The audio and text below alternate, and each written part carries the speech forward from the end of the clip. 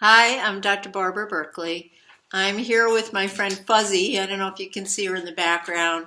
Fuzzy is a quarter horse and she's getting on in years. She's 22 years old. Um, but the reason that I'm out here is because I want to talk to you about grain. And, you know, in my world as a weight management doctor, and I think this would be true for a lot of weight management specialists, we're not fond of grain as a food. We're not fond of this instruction that everybody should be eating whole grain necessarily. And so I'll tell you why. The last time the vet came to see our horses, I live on a farm, by the way, she said that our horses were too fat.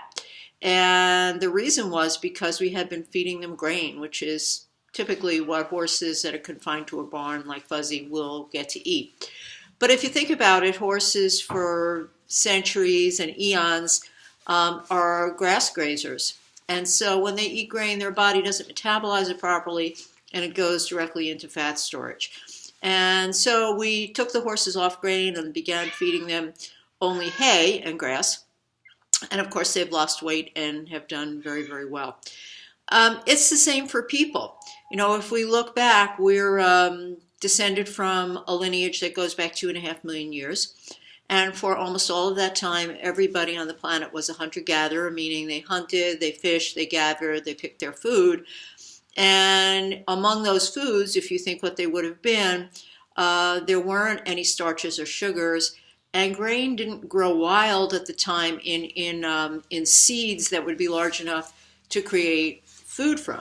So if you look back at paleo anthropology, you won't find a lot of evidence that people ate grain going back into our very distant heritage. We were mostly eating what we could hunt and gather and pick.